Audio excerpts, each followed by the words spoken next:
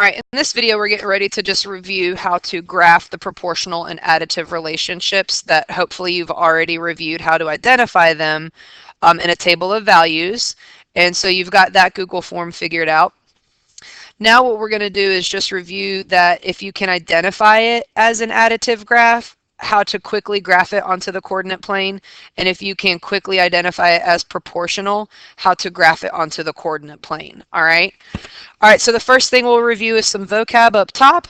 You've got that the slope is the steepness of a line, and the slope is the coefficient of your x. And so in your proportional equation, the m is your slope, okay?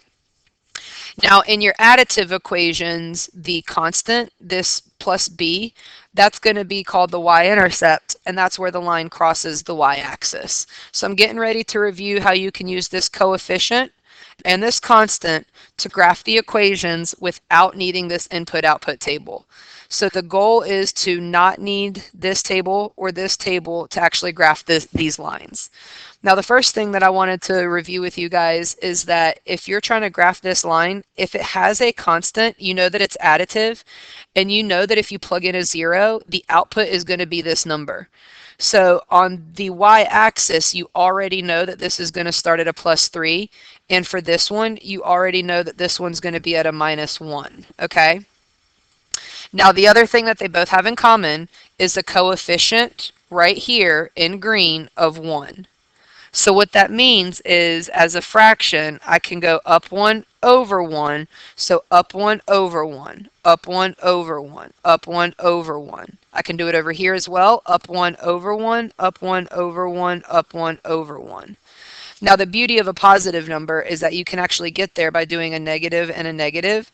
So I could actually go down and back, and theoretically it's the same as going up and over, because up and over, up and over. So I'm going to keep this one going down and back, and then down and back.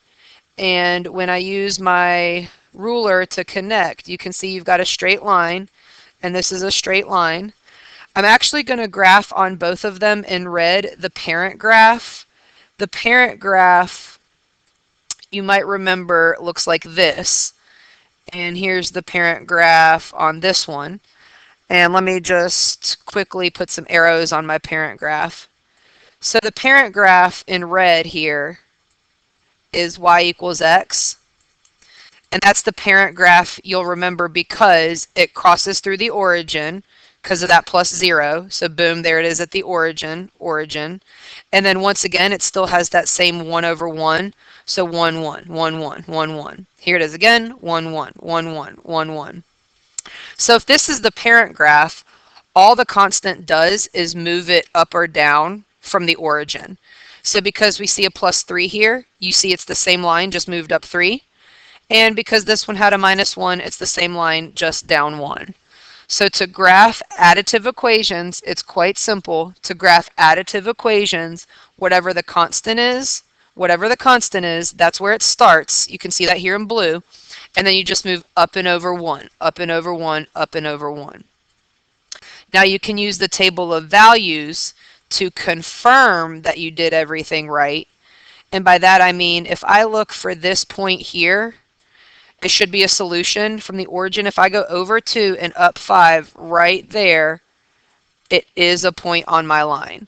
Let me just check over here. Let's check this one randomly. If I move back 1 and down 2, back 1 and down 2, there it is. It is a solution on my line.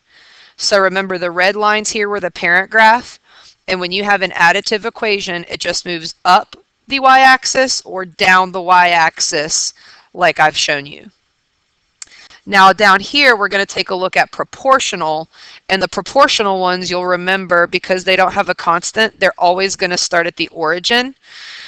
So if I plug in 0 and multiply it by 2, the output is 0. So here is the origin in your proportional graph, and it'll pop up over here as well. 2/3 of 0 is still 0.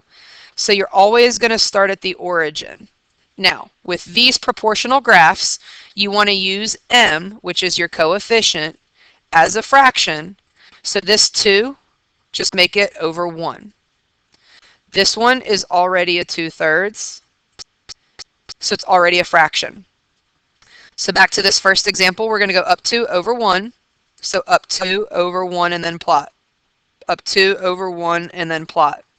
And because a negative divided by a negative will still fall in line, we can go down 2 and back 1, down 2 and back 1.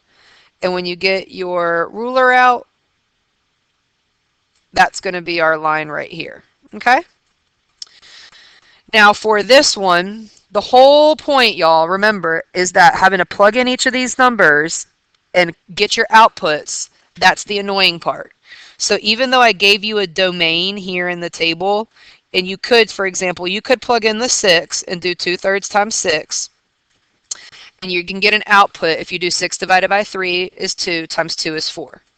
So you can move over 6, 1, 2, 3, 4, 5, 6, and up 4.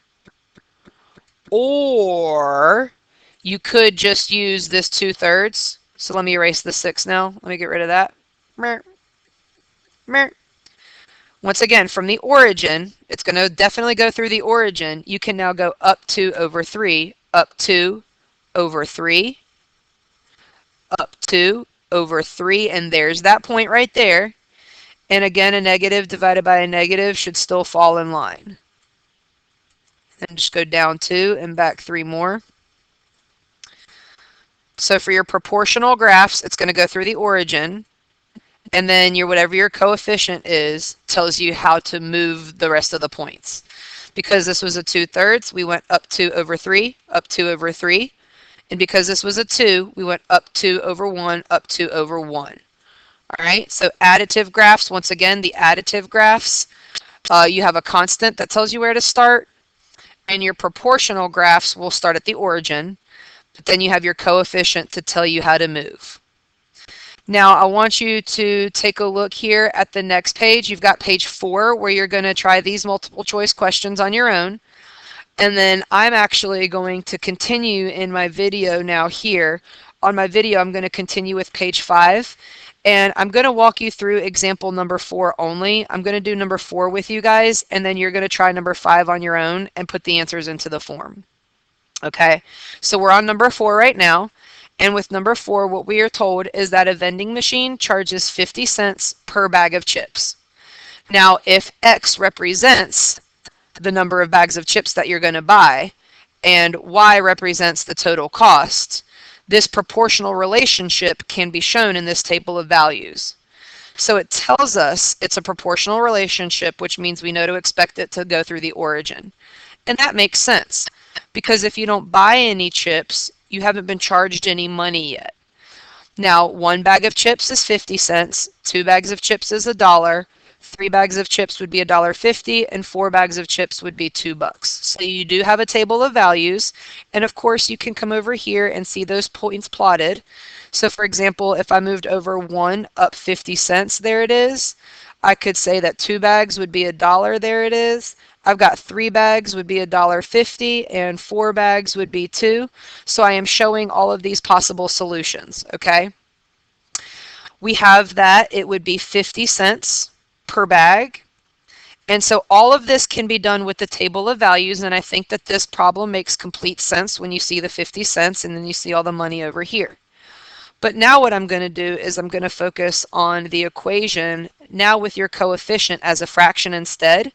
And I'm going to show you guys that you can get, I'm going to cover it up now, I'm going to show you, you can get the exact same graph, and I'm going to just now erase, I'm going to show you it's the exact same thing now with, without needing this input-output table. So what you could have over here is you could have 1, 2, 3, 4, 5, and so on. And then over here, you can just have 1, 2, 3, 4, 5, and so on. Now this is going to be, of course, the number of bags of chips that you can get down here on the x-axis. And we already said that on the y-axis, this is going to be the cost, okay? Now the goal would be to do this now without this input-output table using this 1/2. You know it's going to start at the origin, And we're saying it's going to be $1 every 2 bags, $1 every 2 bags. So it's $1 every 2 bags, $1 more for 2 more bags. And when I connect here, you'll notice every ordered pair in my table of values is still there. All of these ordered pairs are still here. I've still got 00 right here. I still have that 1 bag would cost 50 cents. It's halfway up. I have 2 bags would cost $1. I'm just going through all of these. I have 3 bags would cost $1.50, and I have 4 bags right there would cost $2. So you'll notice here with your scale, if you just think of it as 1 every 2 bags, you can go up 1 over 2, up 1 over 2, up 1 over 2, up 1 over 2, and get the same exact line. So I just wanted to remind you guys that the goal of all of this is to be able to answer these types of questions without needing this input-output table, without actually having to plot the points. You can just come over here and graph using this coefficient, okay? So that's what I meant by graph the scenario using only the equation. Now for the next one, just so you guys know, it is going to be an additive relationship. So this graph will not go through the origin. This graph should start at a new point at the new constant, okay? You can see right here that if Brian is 2 years older than his sister Rachel, then the equation would be x plus 2. And that means that you're basically starting now here at the plus 2 mark. That's 2. And then you're still going up 1 over 1, up 1 over 1. As Rachel gets a year older, so does Brian. As Rachel gets a year older, so does Brian. As Rachel gets a year older, so does Brian. So down here, you've got that this is Brian's age. And then over here, you have that this would be Rachel's age. And even though it's not in my video right here, because you're going to fill this all out yourself, you've got your scale here going up by ones. And you're going to kind of finish this one now on your own. So that takes care of the video on pages 3, 4, and 5 for how to graph proportional and additive. And you do have a Google form for some feedback on some of this stuff and to give your answers for some of these questions. And that concludes this video. Thank you.